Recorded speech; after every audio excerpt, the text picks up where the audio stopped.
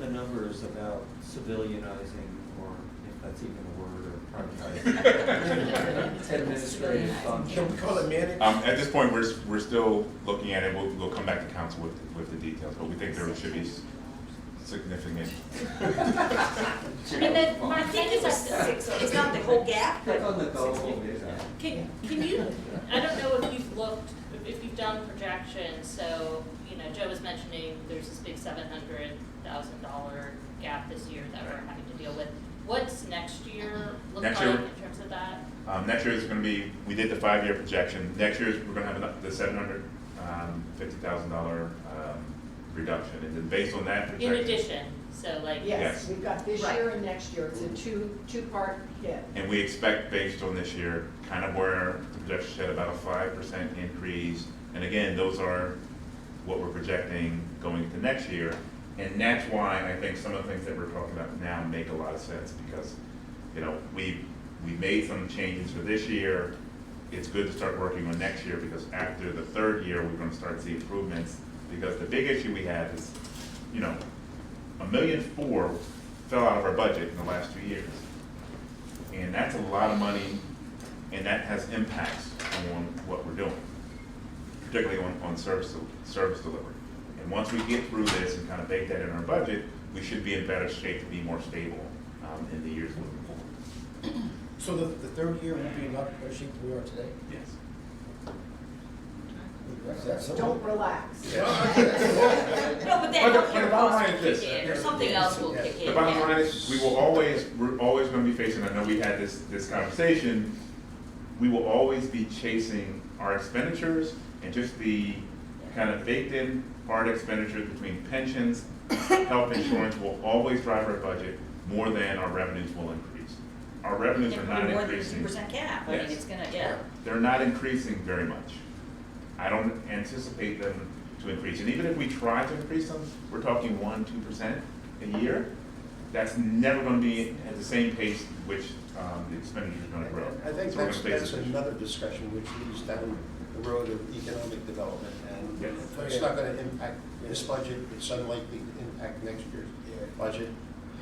So let's get on. But it is good to, for all the public that are here, it is good to know that it's something Well, and not only we're that, thinking about, we're trying to address, which, by the way, speaking of revenue, why did the Institute Woods go down back in the very first part? Oh. The reserve? That was for a green trust loan, and Oh, this is that's the last right. year of that loan that we'll have to It's pay back off. in the reserve. Back in the reserve. Oh, First page. and I guess I would just add to that, Mark, not only are we chasing our tail, but what we found on finance, Jenny, I feel like you can come back to your person, is we're also chasing, we're always behind, because now here we are 2 months into the year. I know. And so even if, like, for example, let's take the parking, even if we do get to the point where we increase our parking, which I support, because I think, again, that goes to that principle of people who can, should pay in, so Yeah. that we're not broadly assessing. Yeah. But even if we do that, by the time we do that, we're only getting half of it for the year. Yeah. It's effective July 1, Yeah. and we're only getting 6 months of it, so we're sort of always chasing our tail and behind and sort of backfilling, I don't know, that's. Well, hopefully today, we're talking about next year too. I mean, right, when we're Right. talking. I think that's a big thing, and I think we should do this all the time, always think 1 year ahead, So, Yeah. because that's where you're going to make the impact. Yes, the Right, benefits so are next year. Are you gonna, Mark, I mean, there were about 5 things that we can identify. Yeah, we're moving through them. So Right, we- I don't know if we. But we did cross down, we got that, please. Well, are you finished? Yeah. We were still going through, yeah. Yeah, I've got, I believe one more, and hopefully I didn't miss it. If I did, please jump in. The last one, and again, this is a long-term issue that we want to deal with, and it came up in the finance committee, and that's fleet management, and looking at, Oh, yeah. could we hire a consultant that would help us be more efficient in developing systems for fleet management, and that would help in both efficiency, and one of the other issues that was brought up is, as we were looking at our climate action plan, it would provide a way to kind of get the data that we need to provide that. So it's Set twofold. baseline. Well, have we, because I've never seen the inventory. I remember I remember it's it. always tough. I mean, Bob just Will- left. do we have it? Oh, he left. Do we have the vehicle Yes, inventory and that we actually- can actually see? Have you guys seen it? Has the I finance committee saw, seen I it? saw, he had it in his hand. Oh, he did? Actually, wasn't delivered to us. I will get that to you. Yeah, I didn't see it. And is related to that, Mark, the issue, maybe this is just a small subset issue of sort of the who has cars that they can take for, home? Yeah, there's a question, there's another question that was asked. Because it seems to me, the That's policy what- should be that everybody who needs one should have one and nobody who doesn't. But What is that, what is that, Well, we- what is, and what is that? A few years ago, start, Charging. But they were charging. they, It's it a becomes a taxable taxable benefit. benefit. Right. So we did do that, but But that doesn't really help our probably, bottom line. probably it But that does should not incent make people to- sense for our, the usage versus, they have to pay a tax on it as Yeah. a benefit. It doesn't help our Right. wear and tear and. Did anybody stop doing it once that did happen? Because that would be an interesting. No. Yeah, it happened with my husband too, a long time ago, he kept doing it, it was worth it. But, that Yes. fleet management, I think, could be a.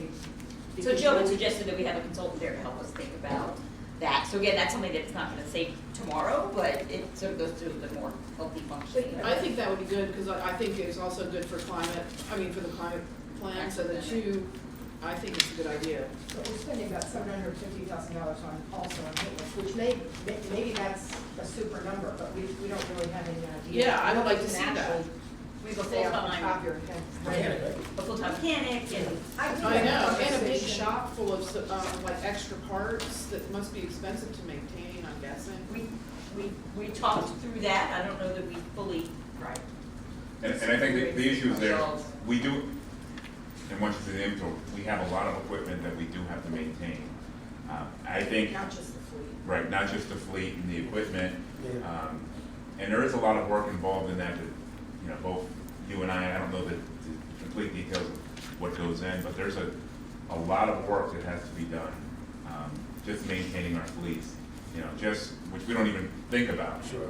Just getting ready for the snow, the Yeah, plows, sure, and sure. putting those together, Sure. that takes months for them to Sure. get that whole process ready for them to go. Yeah. And And then all they've the got oil fleet. changes for the police Oh, cars. Right, so there's a lot of stuff It's a lot of stuff. It probably going is. on. No doubt there's a I'm lot of guessing stuff, it's but cheaper we to do just it don't- in-house, I'm guessing I it think is. So It's not a bad idea though To look to at it. Yeah. that's have a what- better idea of what that is, and I can say in generalities what it is.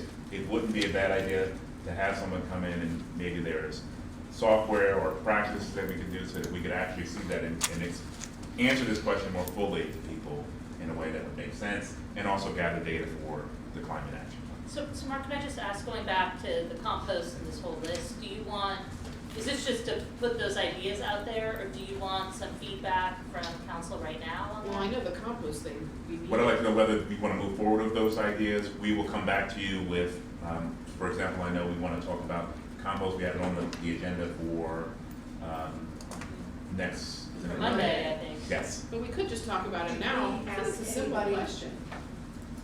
Right? Well, I think that they were gonna go out to bid as part of it, because we don't know the numbers yet Well, then they until. don't- We were getting Yeah. all the, wait, no. Wait, we're locked in for this year. For this year. This Well, here comes Bob, he can say, we'll be bidding out, we're restarting the bidding process. Right on time, Bob. Organics. But Organics and broader, Bob, we're going out to bid. Well, I think you need to get, you can't, talk about what the expense is until you have the bid, until you get the bids in and I you know how know. much you're being charged. Right, I so what are think- we gonna talk about on Monday then? But I don't think it was just the fact that whether we want to even go out or not. Public Works meeting, we said you needed direction by June of this year. We should go out to bid Yeah. for the organic program, if you're going to continue it, by June. That current contract with Central to collect it ends the 31st of January 2018. At the same point, you need to, if you want to change the garbage, the way we pick up garbage right now, like stop picking up all the bulky items, whatever you want to do, you want to make any changes there, that first of 3 one-year extensions expires the same date, again with Central Jersey. If you want to try and do something different with recycling and not go with the county and do it on your own, which I believe will be more expensive. I mean, Central Jersey told me that they'd love for you to go out to bid for that. Because they'd love to get it, because they're getting killed under the county contract right now. We need a decision on that, and as we've talked about, it's a 60-day bid process, and trash is just a bad bid process. So you have to be prepared always to challenges possibly and- do it yeah. a second time. Yeah. So we really need to go out in June, July for the coming year. So, With that said, one of the decisions I think that you have to make is you're going to do the organics, or if you want to, I mean, with Public Works, we talked about 4 options. Canning the program altogether, no pun intended, keeping it the way it is, and subsidizing it to some degree, gradually increasing the fees, which personally, the more I think about it, is a nightmare. yeah, You know, gradually increasing, or saying, whatever the number comes in, you're going to charge the person participating the full number. So the $65 fee may go up to $130, $140, something along those lines. Keep in mind, it used to be $220 when the program originally started. Raising the fees to cover the costs so that it doesn't have any costs back to the municipality.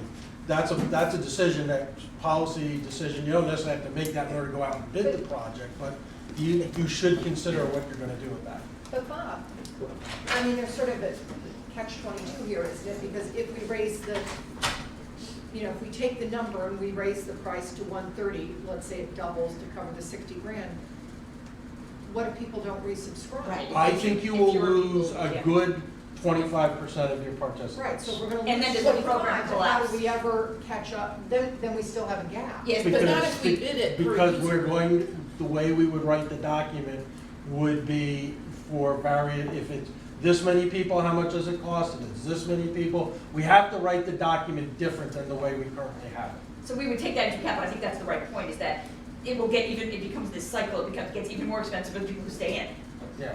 The Right, the and other thing people about, continue to drop out. well, the other thing, the way it's structured Oh, is that's that right. the trash contract is structured per tonnage, and the By compost participant. is by household, Yes. and that always confuses the savings and the costs. And so I Yes. don't know if there's a way for us to go out where we only want to structure it by tonnage, and I think that would help explain what's happening. We're looking around trying to see how other people since us have gone out and bid it and see if they've had any better luck with their numbers and with the process. So are you still coming on Monday then? I mean, it seems like we've had this. If I can talk you to death I right know, now, why no, don't we but. just have it now? No, I mean, I'm with Bob on that, we've discussed it now, I mean, the issues, we don't have perfect information, but we know enough that it's costing us more, and what policy decision do we want to make? The only other question I guess I have outstanding is, and Patrick used to be the expert on this, so I'll look to you, Tim. That's a joke. Is there any progress on the county level of the possibility that they are gonna do this?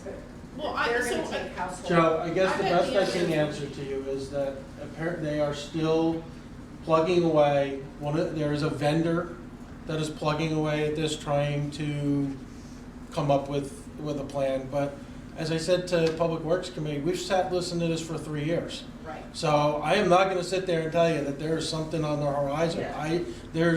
I think you have to make your decisions based on what is there today, and today there's nothing.